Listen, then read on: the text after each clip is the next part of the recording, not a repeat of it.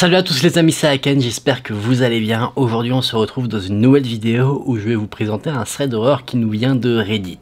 J'espère que ce thread vous plaira, vous verrez, c'est un thread d'horreur qui fait assez peur, il devrait vous laisser quelques frissons, il va peut-être aussi vous faire un petit peu cogiter.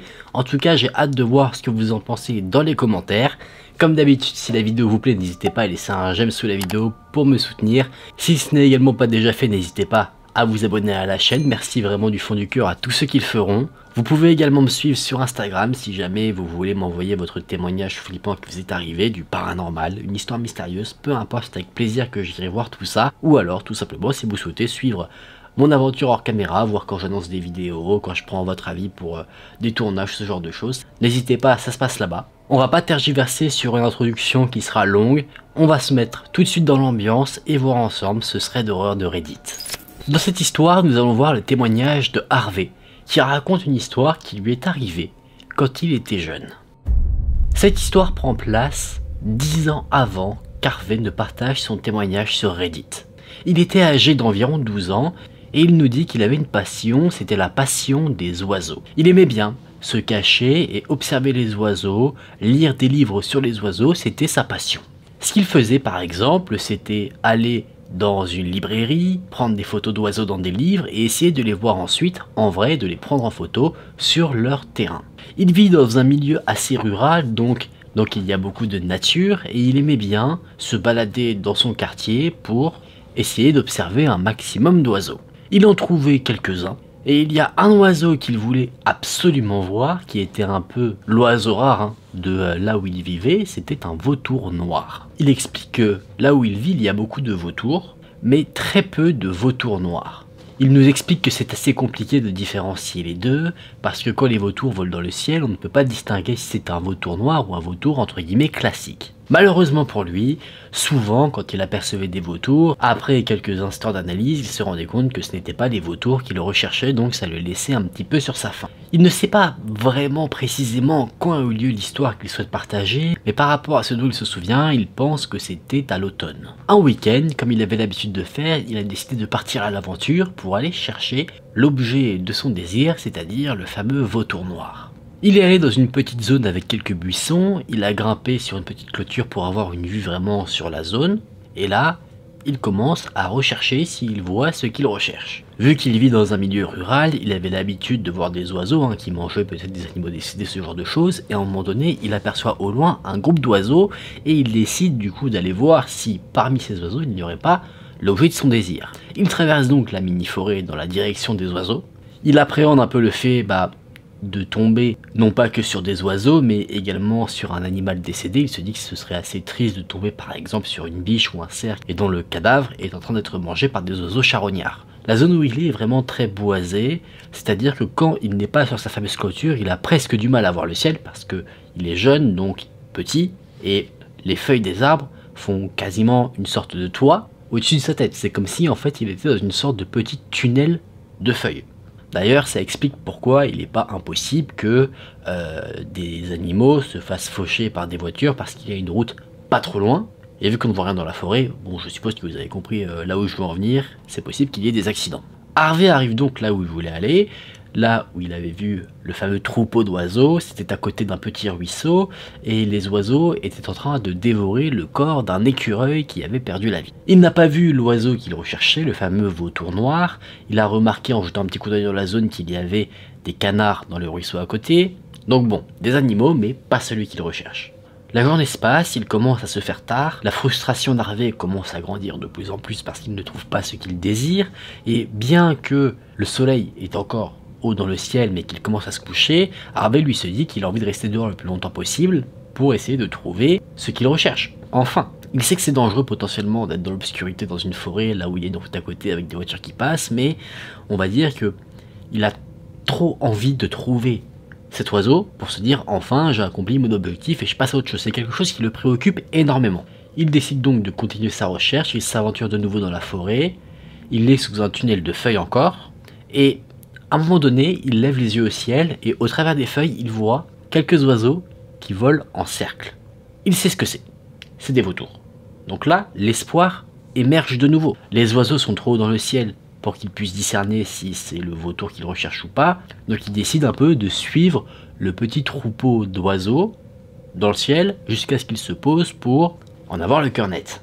Au bout d'une dizaine de minutes, là les oiseaux volent comme s'ils allaient se poser. Ils atterrissent quelque part et Harvey décide donc d'aller dans leur direction très prudemment pour éviter qu'ils ne repartent à cause d'un bruit qu'il aurait pu faire en ne prenant pas de précautions.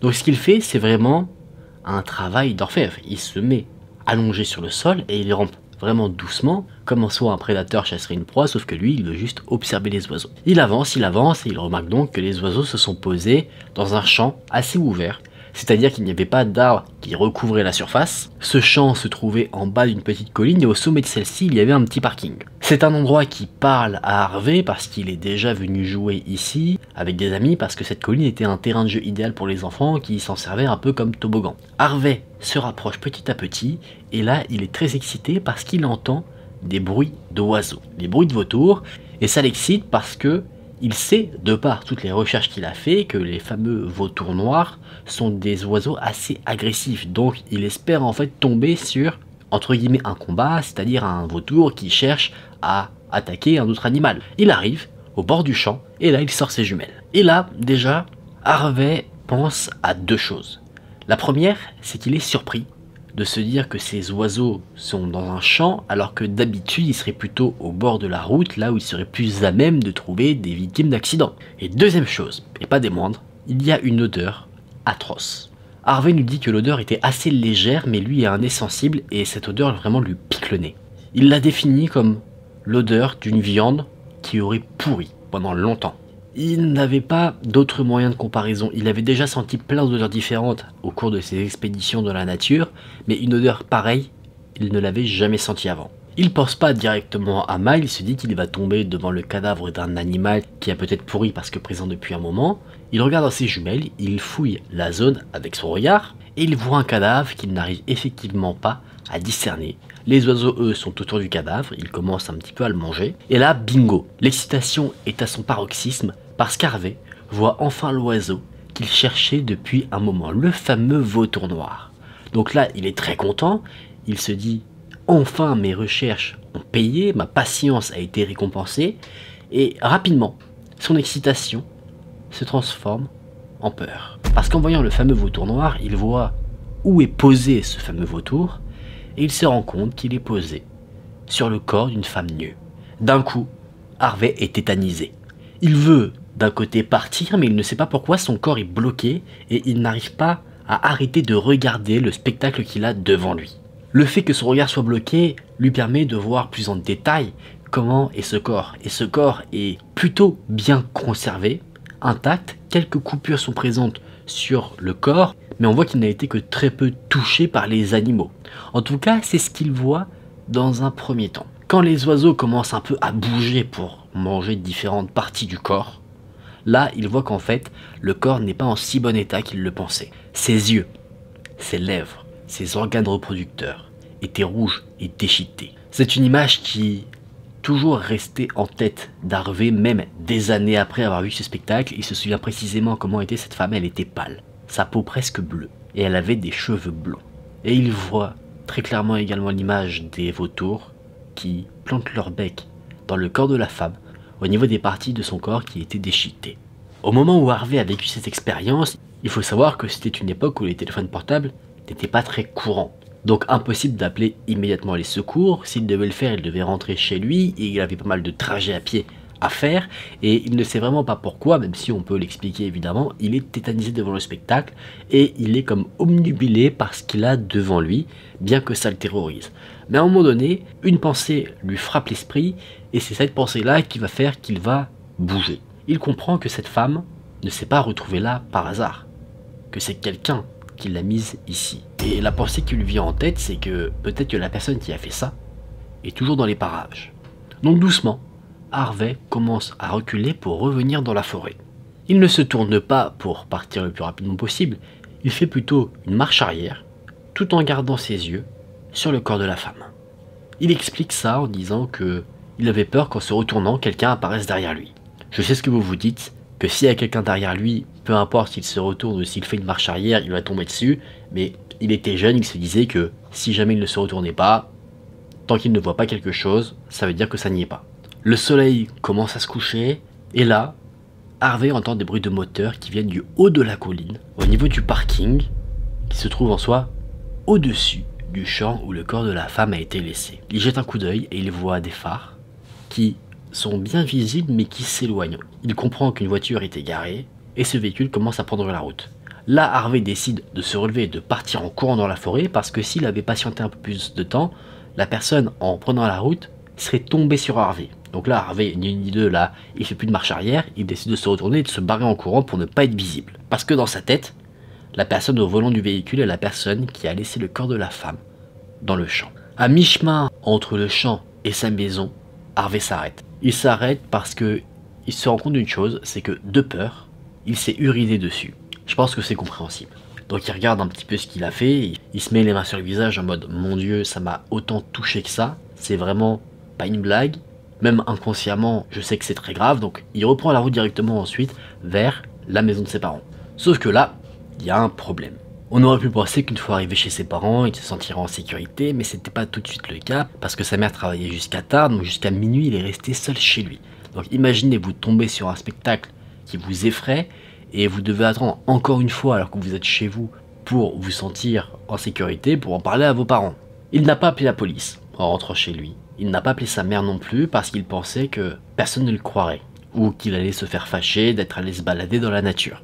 Donc ce qu'il a préféré faire, c'est verrouiller toutes les portes et toutes les fenêtres. Il a ensuite allé prendre une douche, et il s'est enfermé dans sa chambre pour essayer de faire en sorte que la panique redescende.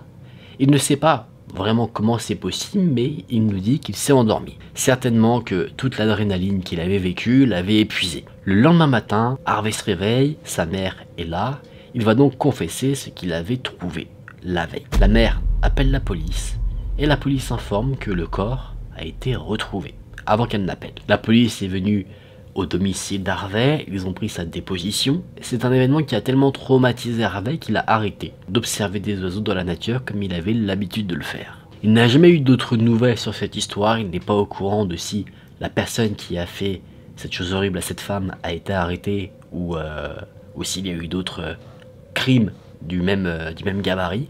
Il n'en a aucune idée. Il a essayé de retrouver des articles concernant le sujet bien plus tard pour pouvoir ensuite donner plus de détails sur Reddit, mais il n'a jamais trouvé quoi que ce soit concernant ce sujet. Et voilà les amis, on en a fini pour cette histoire. C'était une histoire assez folle, je trouve. On peut comprendre facilement pourquoi Harvey derrière a décidé d'arrêter d'observer les oiseaux.